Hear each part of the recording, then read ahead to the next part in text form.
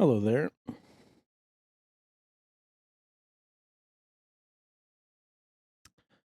I have on my mind today the concept of perspective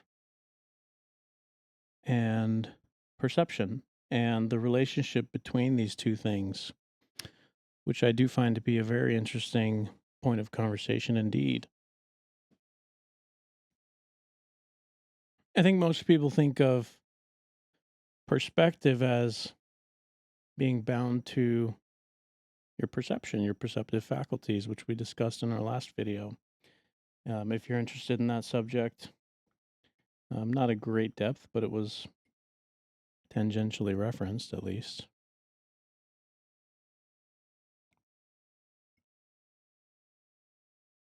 I'm not quite sure how to pronounce this brand, but I have Lagavulin Scotch 16, done in a sherry cask, which is one of my favorite finishes to a Scotch, especially a peated Scotch. Something about the sherry really rounds it out in a delightful way. And I find Scotch kind of rich in vanilla and caramel notes anyway, so very pleasant sweetness that I get from the Scotch and the sherry, the relationship there between.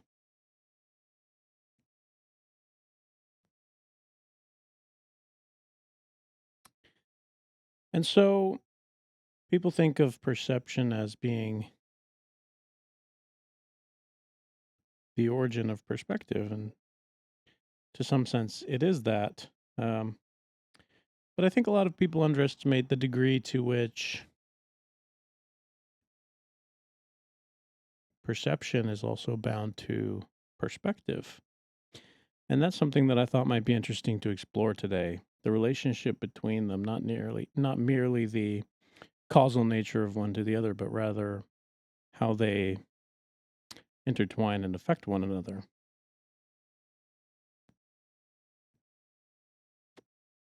And this may be a bit of a ramble today because I don't really have anything planned. Um, I also didn't really have anything planned in my last video, but we got to the end of the cigar, so let's give it a try.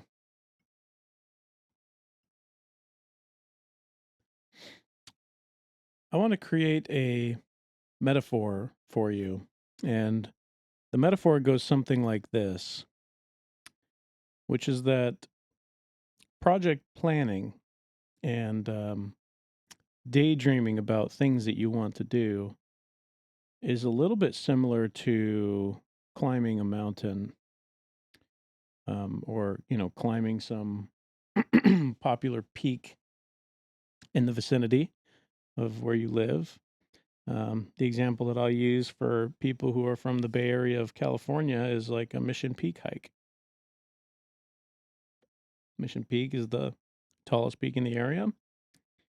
And, let's say that you get it in your head that I'm going to hike that sucker because you see it when you drive by and it looks kind of tall there in the bay. And you think, that'd be a cool thing to do. And a lot of people do it and they talk about it. So it gets in your head. I'm going to hike that sucker. And so maybe you decide to do it alone, or maybe you get some friends together and you go and you buy some boots or you buy some trail runners. And you say, all right, I'm going to do this. And you put on your gym clothes or whatever you do.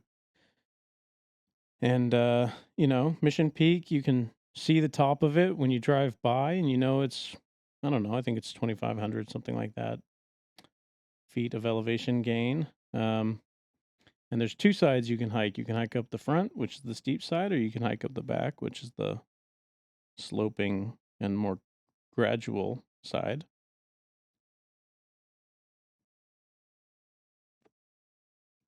So you and your friends, you say, well, we're gonna hike up the slower, more gradual side. And so you organize and you get to it. And the fascinating thing is, as you approach Mission Peak, you approach the base. There's a little trail, and you can't see where it goes.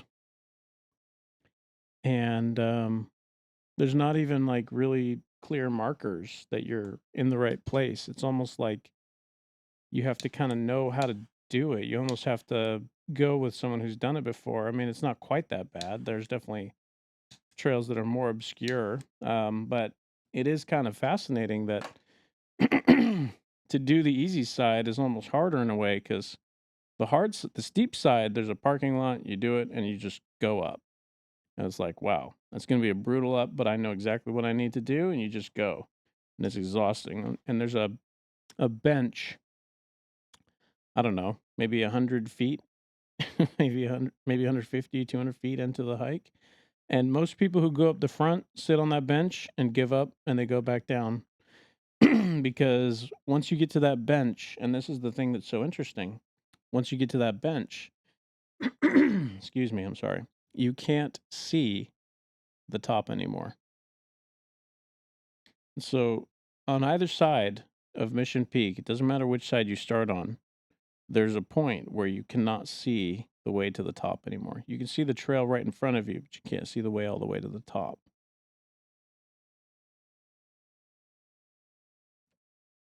It reminds me of a poem by the great Rumi, one of the great poets of history.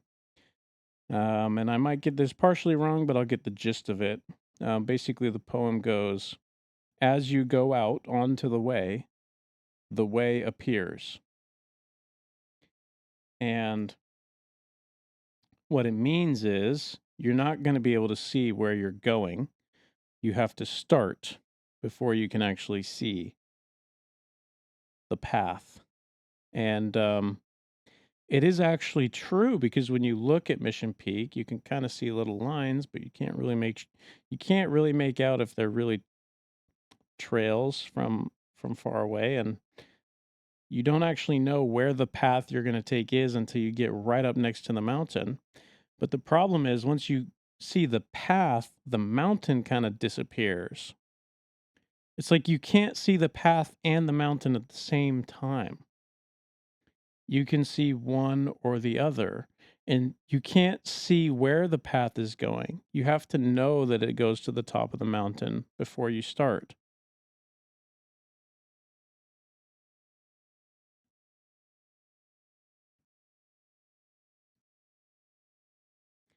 I think that's so interesting because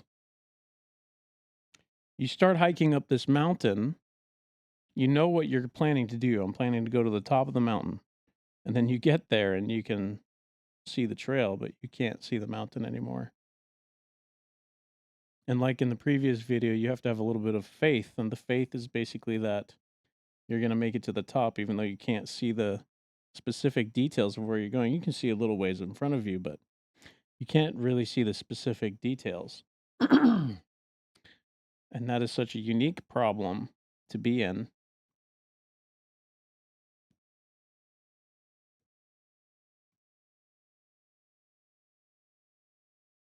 As you go onto the way appears. And so you keep going forward because you know why you came here. You came to hike this mountain. You're trudging forward, you're getting more and more tired. And I don't know about you, but there are always moments of hikes that are beautiful, and there's always moments of hikes that are very boring, and there's moments of hikes that are repetitive. And um, there are times when the colorscape is not interesting, and there are times where it is. And you may see rivers or creeks, or you might just hike through dead grass. I mean, it's not always beautiful when you're hiking.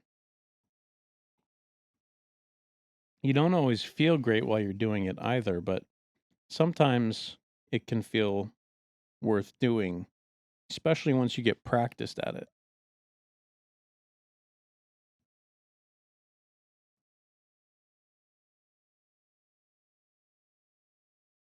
And so you can see one or the other. You can see the mountain or you can see the path.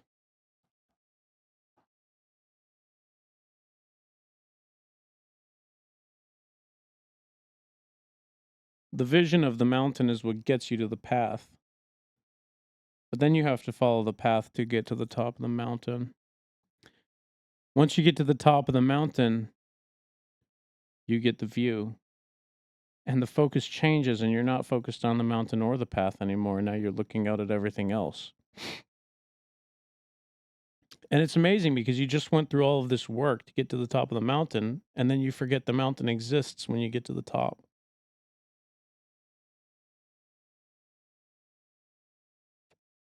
The new perspective overwhelms your memory of the experience to get there. And now your focus shifts to the new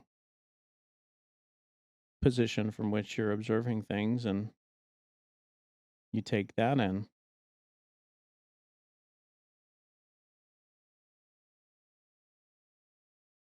And so the perception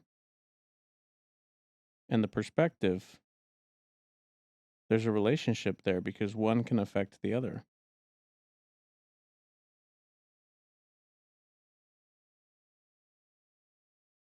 So people assume that perspective is really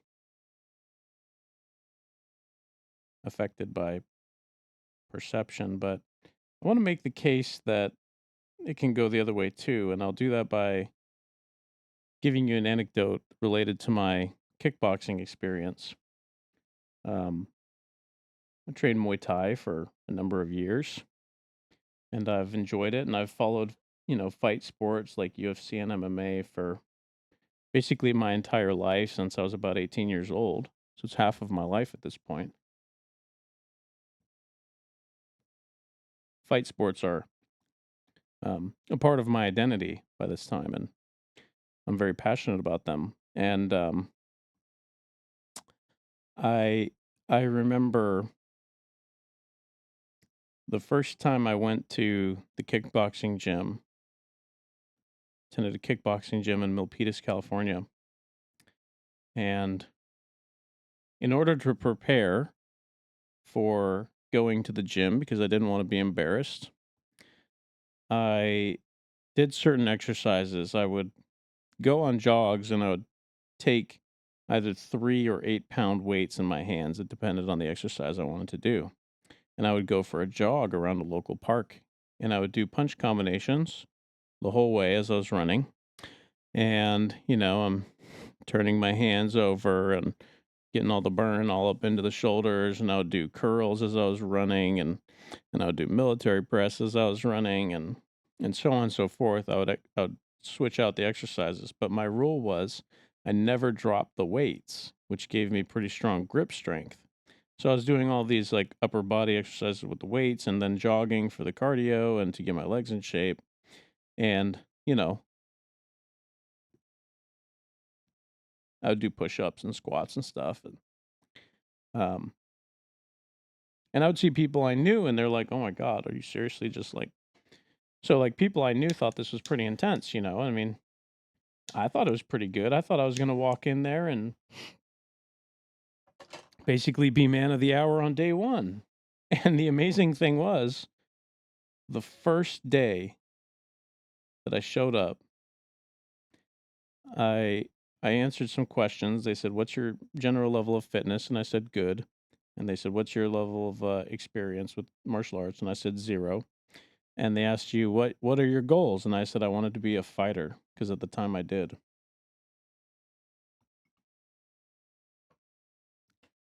And I remember the look on Coach's face. Um, First time I met him, and he read my sheet where I wrote down those things. He said, "You have no fight experience, but you want to be a fighter?" I said, "Yeah." And he goes, "All right, we'll see." And I remember thinking, "You don't know me, dude. I want to be a fighter." And to my credit, I didn't fold on that for any particular reason. I kickboxed for 2 years. I ended up having complications in my leg. I had a disease when I was young, and it caused the femoral head of my leg to um, decay and lose blood. And when it recovered, it didn't recover fully correctly, and had horrible pain from that. I couldn't do certain moves, and that's actually the reason I ended up quitting. It wasn't like, kickboxing broke me. That's not where this story's going. But the first class I took, it did break me. Um, Not so much that I didn't go back, but it was so much harder than I expected. There were so many push-ups, so many squats, so much cardio, so many punches, and you go as hard as you can. I think that, really the main difference is when you train privately, you give yourself the breaks you need, and when you have a coach pushing you, he doesn't. And that's really the main difference. And so that's important because you're trying to simulate a fight. You need to be able to be in fight conditions, so you have to be ready to go. And if your opponent has better cardio than you, uh, and you don't know how to match that, you lose. And when you lose in a fight, you get your ass beat. It's not a simple like, oh, we lost the game. Better luck next time, guys. You get punched in your face, and you might get brain damage, and it's a different level of intensity. The consequences of losing are no joke in a fight. So, um, your coach doesn't want to see you get smashed. So, the nicest thing that he can do is push you to the edge of your ability and your limit in training.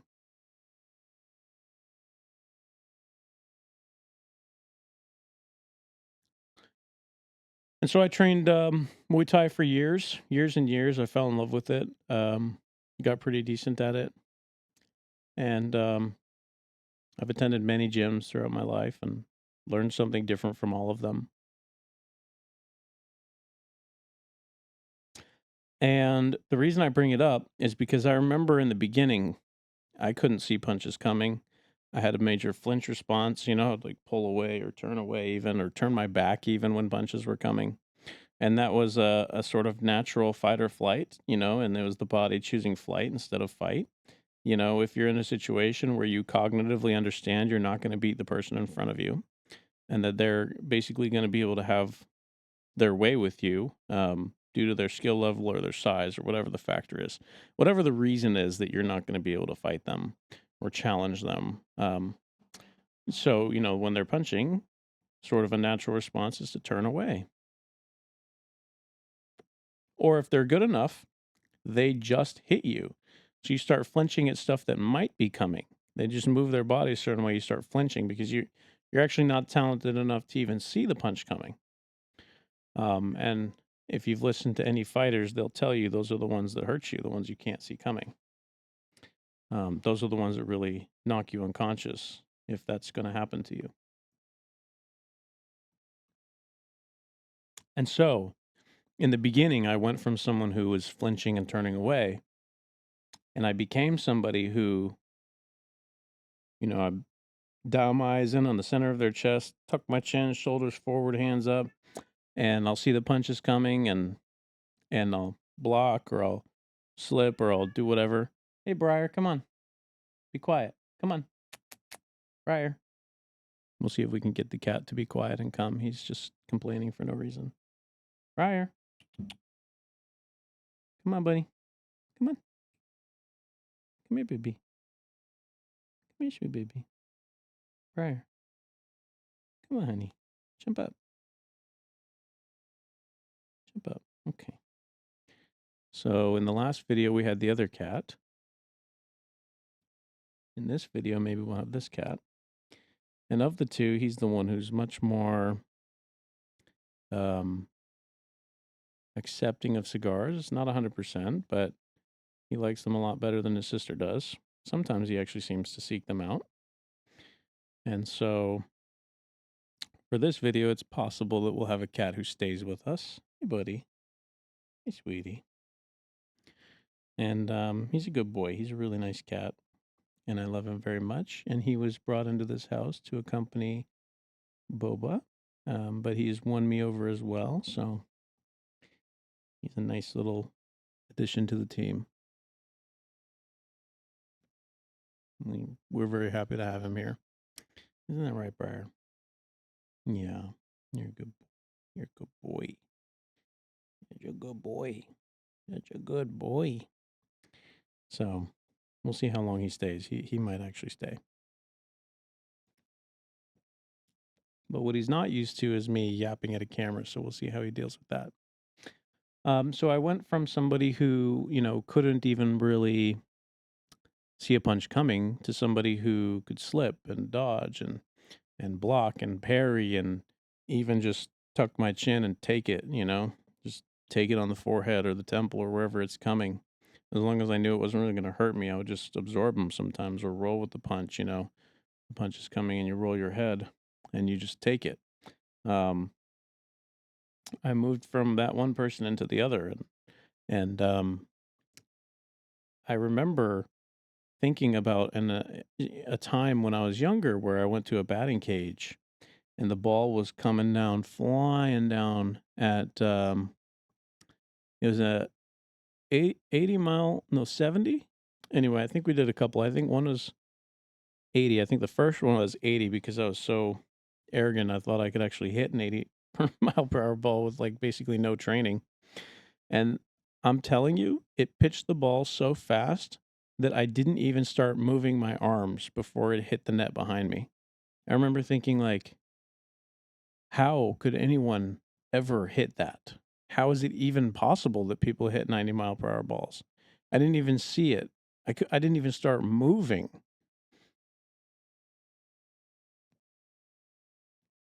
But I never got good at baseball. But after I got good at kickboxing, I understand the mechanism a little better now. I kind of get how people are able to do that. And the way I'm going to describe it is maybe not technically accurate, but it's sort of observationally the case. And this goes back to my previous video. If that bothers you, there's a explanation of what that means in the previous. It is a usefully wrong model of how this works. So bear with me if the technical details are incorrect. The general premise will be the same. But I actually think there might be some truth to this, even maybe to levels that we're not yet aware of in science. And maybe one day we will find out that this is the case.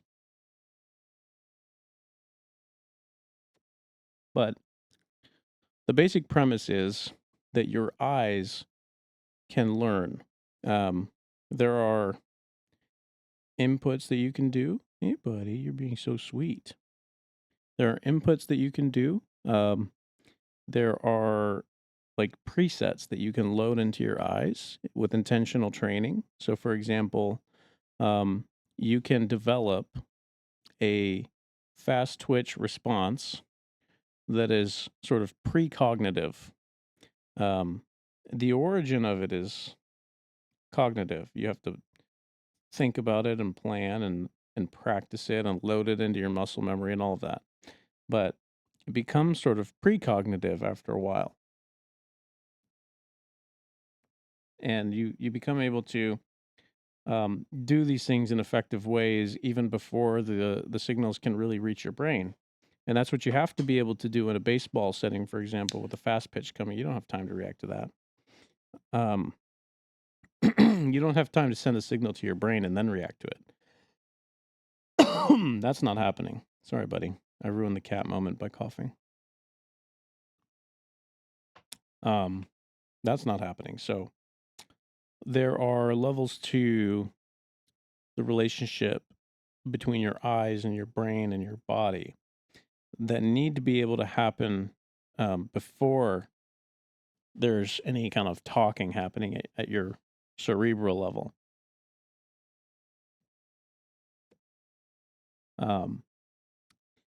Otherwise, it will be too slow. You'd never be able to learn how to hit a fastball, for example. You'd never be able to learn how to slip a punch or block one, punch coming, you block it. Or the different kinds of blocks that you need to be able to learn how to do, all of that kind of stuff. So there's kind of like a brain that's in your eye, so to speak. And that's the only way I've ever been able to describe it to people. It's like you have to teach the smaller, dumber brain that's in your eye. You have to teach it how to read the signals and react and send the message to do certain reactions. Um, you have to be able to skip the brain, the part that's up here that you're going like, oh, left hook, I should, comb the hair, or, you know, like, oh, it's a cross, I should, parry and or slip or whatever. Like, you need to be able to just slip. And this kind of goes back to yesterday's video again with the pure act thing, and how it's an elevation of faith and freedom of will. But there's an entire video on that if you're curious about that subject. But today's video is more about the perception and perspective. So if you have the perspective of somebody who has never boxed or somebody who has never hiked, and you talk to somebody who has 15 plus years in either thing, um, the the way that they perceive the world is changed by the experience they have in a space. They literally don't see things the same way. They don't feel things the same way. If you take a certain amount of punches, you talk to a professional boxer, and obviously, let's say we're observing a fight between two well-known boxers, and they're both 30-0 or whatever, and this is big prize fight. These are adult men with powerful hands punching each other as hard as they can. And to any normal person, any one of these strikes would hurt, right? They would hurt really bad.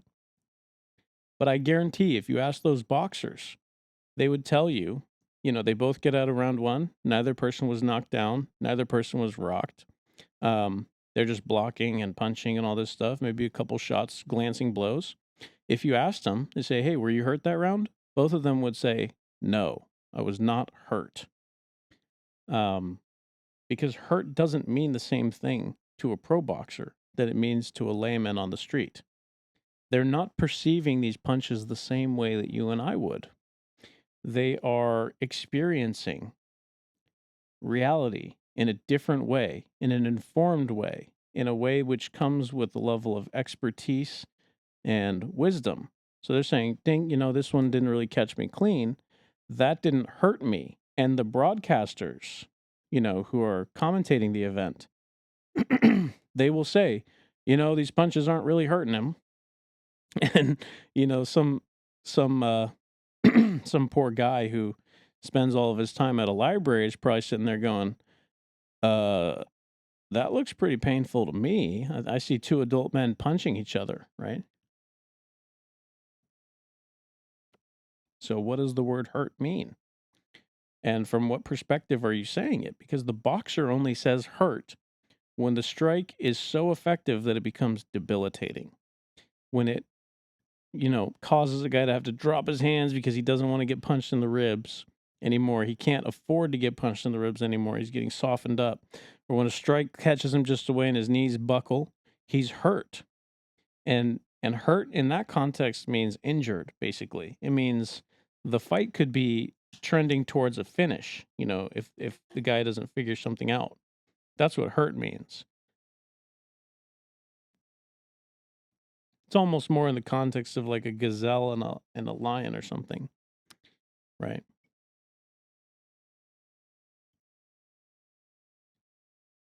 And so the way you perceive the world is affected by the thoughts and the experiences that you have. You don't see the same things. When you're 5 years old and you don't have experience, you don't have mental content, everything is mysterious and interesting. That's why young children are so curious and they go and touch things and they're just like everything is totally new. They're not jaded to anything yet. And you look at someone who's very old and they say, "Oh, wow, there's nothing that could surprise someone in their 70s or their 80s. Almost nothing. It would have to be a truly exceptional event. The mundane almost blends into the background the older you get. And as your target changes, what matters to you will change as you grow. And so even your object of focus changes. And if your object of focus changes, that means that what you're seeing literally changes. Because the way that the brain works is that when you focus, what the mind is doing, what the brain is doing, is it's eliminating information so that you don't see it. That's actually what focus is. Focus isn't zooming in on something. Focus is deleting everything else that's not the thing. And that's the reason why stimulants actually work in people who have ADD, because the mind isn't doing that. So if you stimulate it, it starts to do it. And so it's kind of counterintuitive, because you think, oh, if you load this person who can't focus on anything up with energy, they're going to be even crazier. But that's not what happens. They actually kind of mellow out because they're able to lock in, because the brain is now filtering out things. It's very interesting. I've always had an ADD diagnosis, not the hyperactive component, but nicotine helps me lock in. It gives me an amazing ability to be alert. Basically, completely cured my ADD. As long as I'm on nicotine, I can focus. It's fascinating.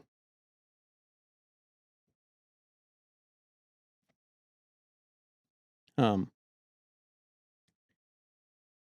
but as your target changes, what you see changes, and as what you see changes, there's a relationship between your perspective and your perception. Meaning, as your perception changes, as your perspective changes, your thoughts, your position in the world, and what your goals are and what you're aiming to do, your perception follows that. Because, like I said, part of what the brain does is eliminate things that you're not focused on.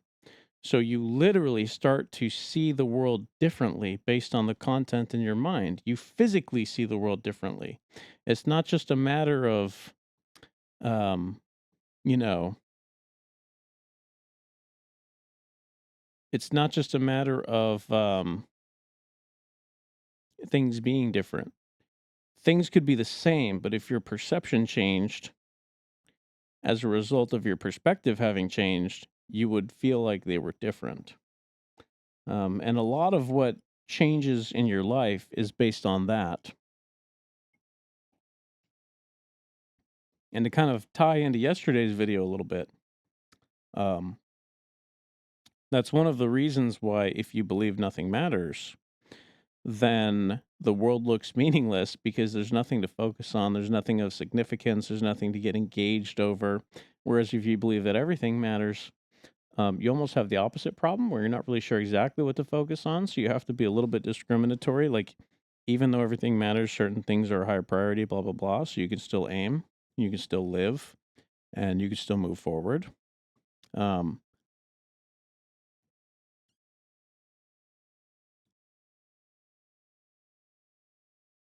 so it is a very interesting subject,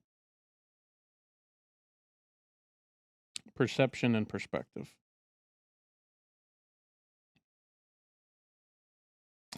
I don't think one is causal to the other. I think they exist in a relationship with one another, and it's actually impossible to pull them apart. You can't do it. That's not the way that the human mind works. That's not the way the human experience works. You sort of participate in the creation of oops, I spilled. You sort of participate in the creation of what you observe. That's just water. That's not a big deal.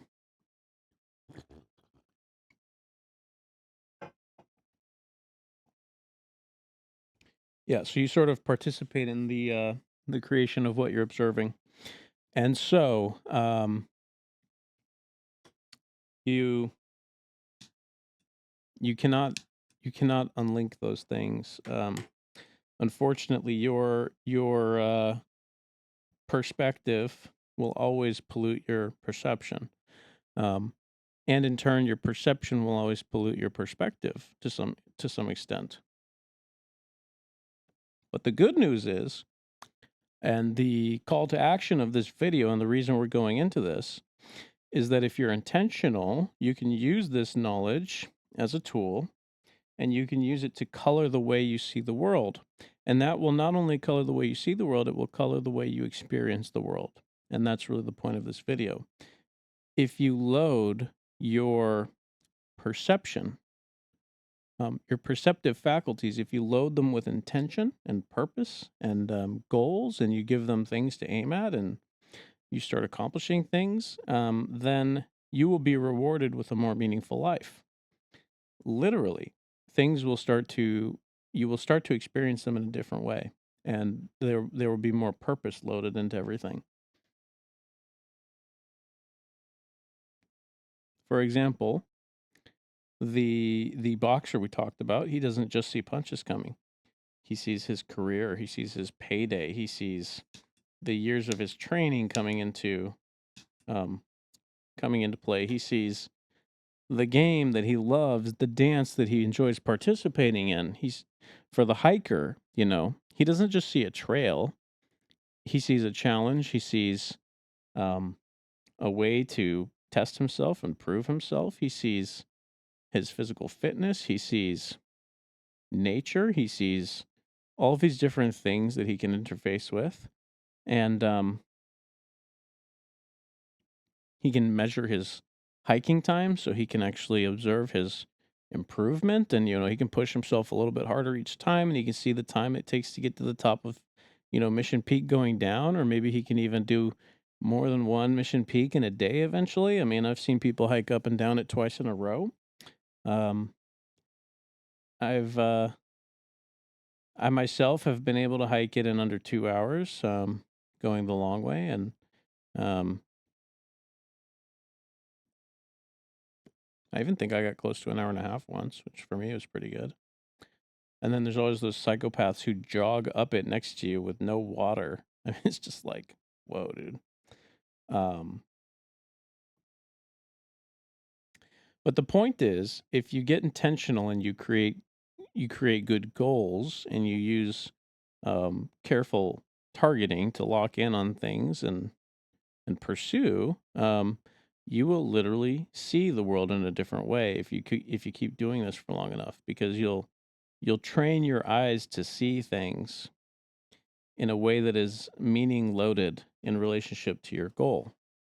And so, or at least you will perceive the articles of the goal that are relevant to what it is that you're trying to do.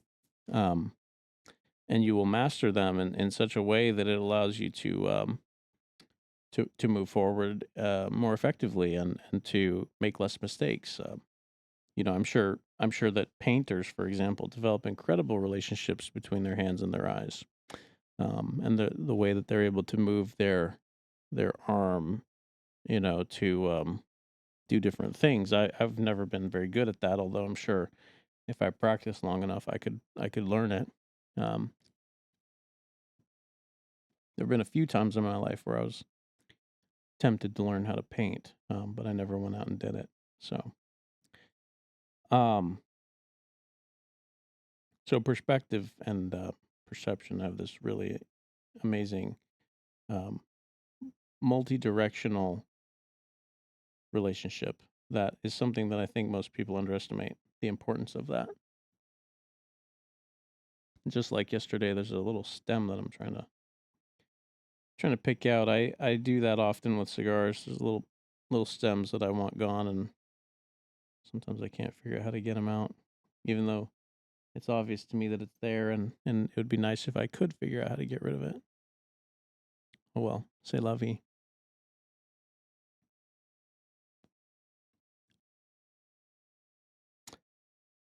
Um,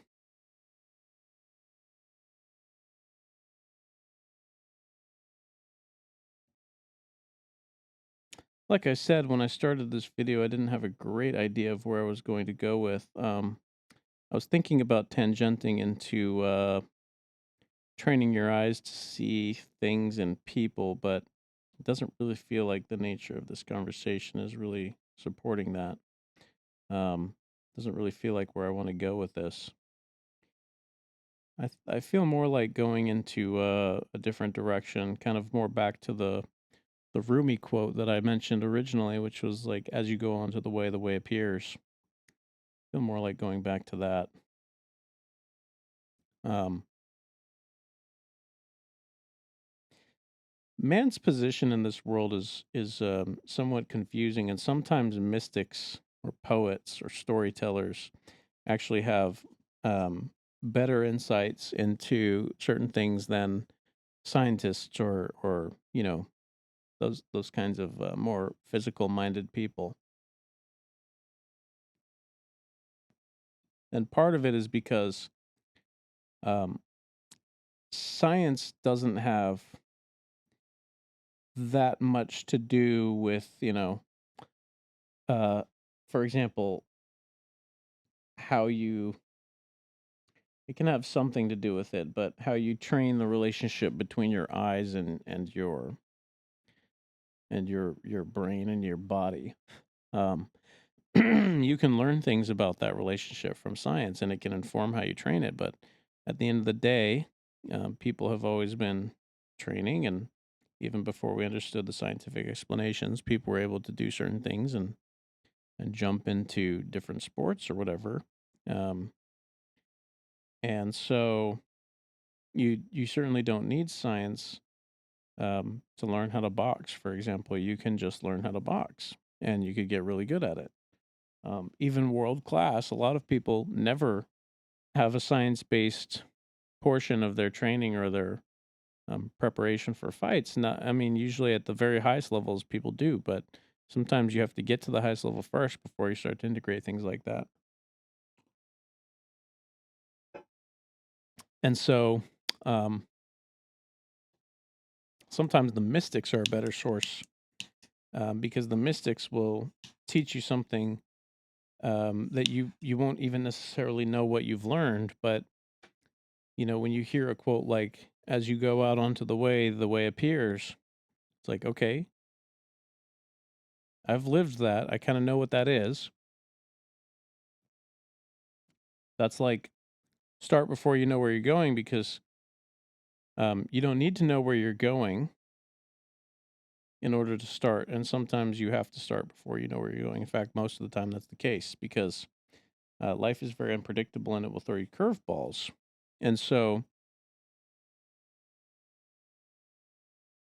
knowing where you're going or why you're going there is usually not as valuable as learning how to adapt to the path that you're on.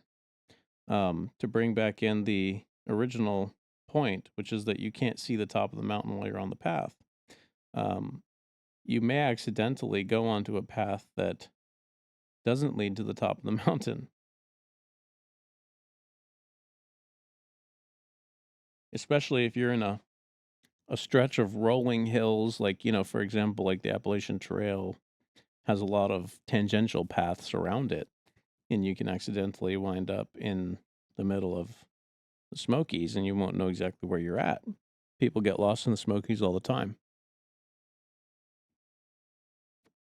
Um, in fact, I've been lost in the Smokies before, but that's a story for another day. Well, I guess it's a story for now. We're already here. So I wound up lost in the Smokies once. It was with a group of men, and we were hiking. We were backpacking. We didn't really see a lot of buildings during that 2.5 month period. And one of the times we went on a hike, we were planning to be done in about 5 or 6 hours. And we wound up getting lost, and the hike turned into an 11.5 hour hike. And keep in mind, we've got 70, 80 pound packs on. By the end of the hike, we're sort of trudging our feet and we're almost dead. Most of us were fairly good at hiking by this point. So that's the one benefit. It was a strong group of hikers. And this goes back to what I was saying before. It's like once you know how to hike and you know what to look for and you know what to think about and you know how to trudge forward and you know how to pause and angle your feet down instead of up because it's easier on your you know muscles and all kinds of stuff. Once you learn all of these things, um, you can go a lot farther than you think, and you're understanding what to perceive, and some of it is almost like precognitive or below or subconscious. It's like below your thoughts, but surrounding them in a way. And so you'll notice, this hill slants this, but then there's a dip right here along this way that we were hiking. And if we go like that, it's going down a little bit. So maybe we'll angle towards a ravine where there's like a creek and we can follow the creek and connect to a river or whatever. And once we do that, we'll know where we are and we can get out. So we did things like that. And it was so funny because we wound up accidentally. So we had hiked, let's say that there's a peak like this and it goes and goes and goes. We had hiked around this whole thing and come over here. And then we were going to go over a thing like this and go over there. We got lost up here and wound up coming all the way back. And then we hiked all the way back down into the middle of a trail that we had already done. And as soon as we got on the trail, we knew exactly where we were because by this point we were all pretty seasoned hikers. And we go, oh, shit. Hallelujah. There's water right over there. And it's 10 minutes that way. And this is flat enough. We're going to set up camp tonight, right now, because we're all exhausted and now we're not lost anymore. And we set up our camp and we went and filled up our water bottles. And, we had filters, so it was fine. And we spent the night there. And then we had to figure out what the hell were we going to do because now we were in the back of a trail that we had already been through. But the point is, because we were hikers, so to speak, the relationship between our perception and our perspective changed because we knew, even though we were in this bad situation where we're hiking through the Smokies and we're lost,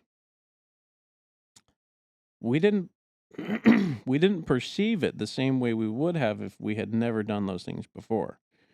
We kind of knew, like, if we walk in basically any direction down and, angle towards the bottom, so to speak, of whatever we're aiming at, eventually we'll find something that we will either find water, which would be good enough because we're not going to die if we have water, especially not in a place like North Carolina where there's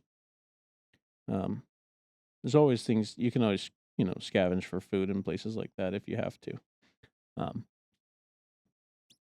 Not that we wanted to or needed to anytime soon. We had plenty in our packs, but the water problem was something that we did need to solve. Otherwise, it would be very unpleasant. But we knew how to find water. That wasn't the issue. So what I'm getting at is it's a story which sort of highlights the relationship between that poem, which is like as you go onto the way appears, which is the unpredictability of life. Even when you have a plan and you have a goal and you know what you're doing and all these things, even when that's all the case, as you go out and you start to dive into the world, you may find yourself in places that you don't expect. But once you've trained that relationship between your perception and your perspective, you will see things in a way that everything starts to become tool shaped and you start to see all of the tools out there in nature. And the same is true for the boxer. He sees these openings or these spaces where he can live inside of these pockets and the world becomes tool shaped and he knows what he can do to take advantage of situations and how to overcome and how to become more adept at the art of living itself. You become more defensive, but you also become more offensive. And anytime you can have the ability to survive, but also to thrive, which is sort of the same thing, you can survive, but you can thrive. That's a good position to be in as a man. And whatever it is that you're doing, you're going to want to hone in that relationship between perspective and perception because it's going to allow you to see the ways to survive and the ways to thrive. And so you should basically always be pursuing that level of mastery in all things, no matter what it is that you're up to.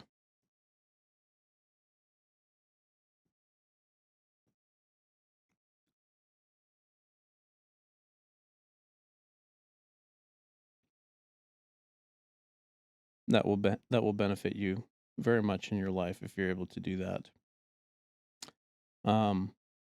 The point of these videos that I originally set out to do was to smoke to the end of the cigar. We're fairly close to it. Although I think today I've run out of content and gas, I'm also a little bit fatigued.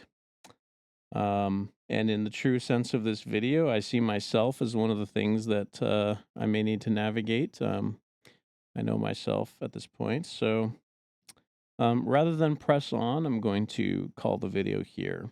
Um, Thank you so much for watching. I hope you found this interesting. I hope you walk away and think a little bit about the nature between perception and perspective.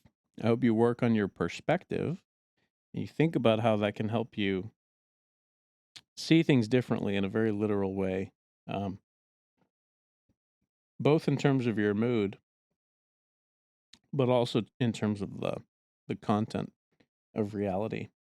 And try to load your site with a little bit of optimism and belief in yourself. And just to tie in the last bits of our previous video, try to load your ability to believe in yourself and believe in your potential, and tie that into your ability to execute your freedom of will. And then the world will start to appear to be tool shaped, and you will see the places where you could operate or act in a way that would allow you to both survive, but then also to thrive. And that's really the focus of today's video. Is I want you to get into that mentality of mitigating danger and harm to yourself, but also thriving and building and becoming an expert at something, so that you can see wonderful success in your life. And with that, yes, indeed. Thank you so much for watching. If you enjoyed the video, I hope you click like and subscribe and share to your friends and all those kinds of things. And if you didn't, well, thank you for being here anyway. Thank you so much. My name's Dan. Bye bye.